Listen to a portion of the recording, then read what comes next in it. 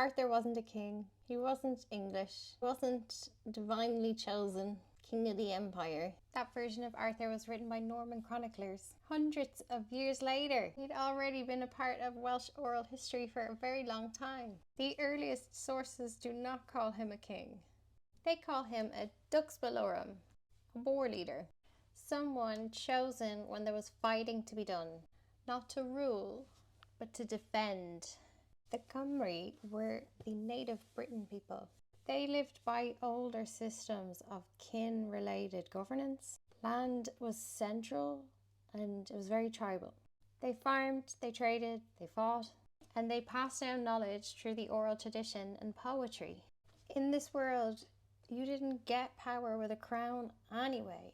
It was all about trust, and this guy had the trust of all of the leaders, the tribal leaders. He was fighting a continuous pressure from the east that was pushing these people west. Multiple migrations and Viking raids and Anglo-Saxons and small wars. Arthur became remembered as the leader who held the line. He wasn't building an empire. He was keeping the people on their land. The Historia Britonum names Arthur as a leader in at least 12 battles. This is not fantasy, these are place-based memories. There's archaeological evidence. People remembering where they buried their dead. There are specific places and events that document his major victories over these invaders. The Battle of Camlan is where Arthur is said to have died. And the earliest Welsh poems name Arthur's warband. Kay and Bedwyr were men of force. This is not a royal court. This was a war band, the people that you trusted the most in battle to stand beside you.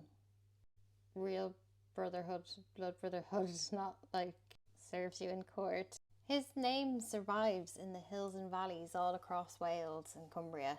Not because he ruled them, but because he fought in those places. It's as memory. That's how history worked before literacy. So the land will always remember what the empires try to erase. When the Normans arrived in Britain, Arthur was too famous to erase. So they changed him. They made him a Christian king. The empire doesn't erase resistance stories. It rewrites them.